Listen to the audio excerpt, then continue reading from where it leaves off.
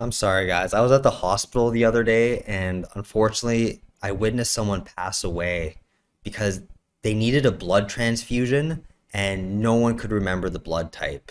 But before they passed, they gave me a really inspirational message that I'll keep with me forever. They said, "Be positive, be positive." And I was like, "Oh, okay. I will be positive. Thank you."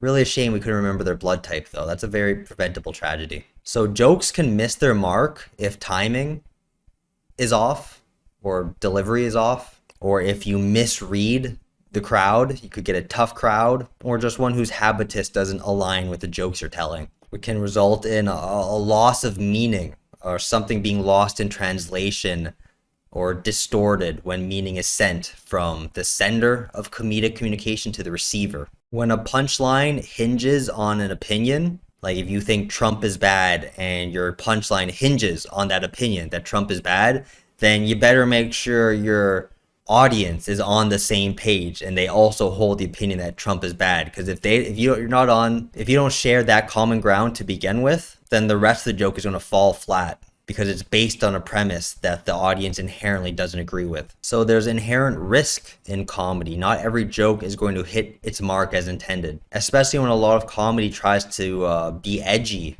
and tread that fine line without crossing it. In our polarized political environment, well, we tend to be sensitive to any slight commentary or idea that doesn't align with our beliefs. It can be received as antagonistic attack instead of an amusing joke. So again, there's that confirmation bias that the audience is more likely to find something funny if it confirms what they already believe and fits in line with their existing habitus and viewpoint and preconceptions. Political humor is going to be received as funnier if the audience agrees with the political point being made by the comedian. However, again, there's a fine line here between being right, being true, and being funny. You could say something that the audience agrees with, but that doesn't necessarily mean it's funny. So the term clafter is used by comedians to denote when an audience is clapping but not laughing. So you'll hear a stand-up comedian make a point and it'll be received with just not laughter but clafter, just clapping. And that typically signifies that the audience agrees with your point but doesn't think you're being particularly funny as you're making it. Comedians try to avoid clafter, maybe one or two of their jokes if they're trying to go for a serious angle near the beginning or the end, but for the most part, comedians don't want clafter. They want laughter.